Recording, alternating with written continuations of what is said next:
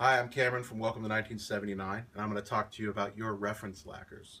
So in my hand, I have one of our reference lacquers. This is just like what we ship out, and it looks just like a vinyl record, but it's not. It's an actual lacquer. And here's what it looks like. It looks like a record, but it's one-sided. The other side is blank. So if you're doing a single LP, you'll actually get an A-side lacquer and a B-side lacquer delivered to you. Now, some things to note about lacquers versus records. One, lacquers are much more fragile than a vinyl record. They're not meant to be durable. So you want to take very good care to not scratch or touch these things with your fingers, or drop them on the floor, or leave them in the car where it's hot. You want to take very good care of these. It's also important that you properly align your turntable prior to playing a reference lacquer. If your turntable is aligned incorrectly, your needle can actually cause damage to the reference lacquer, making it impossible for you to actually check what it sounds like.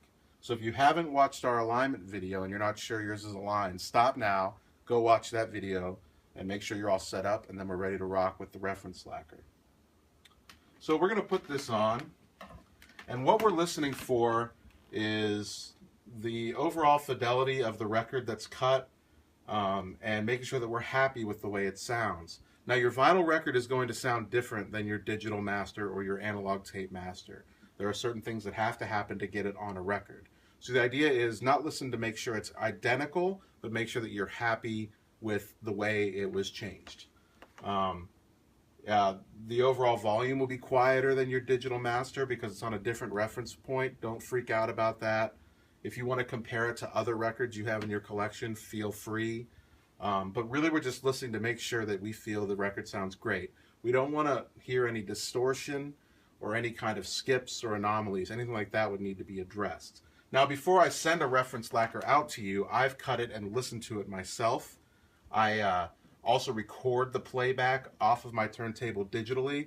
So if you have damaged your reference lacquer, I can send you the file of what it sounded like in my studio before it went out in the mail to you. And that's available for you. But what's most important about the reference lacquer, on top of all of that, is making sure that we're playing back at the correct speed.